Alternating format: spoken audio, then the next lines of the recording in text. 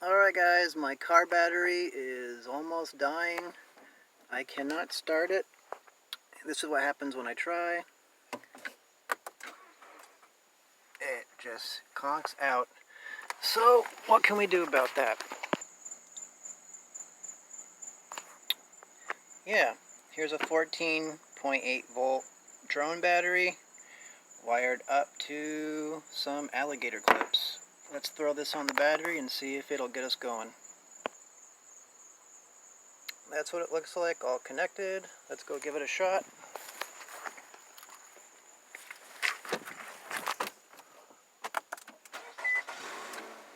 There it is.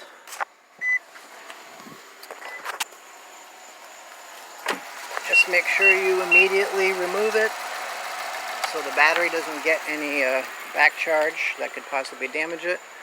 But that's a little lifesaver right there, guys.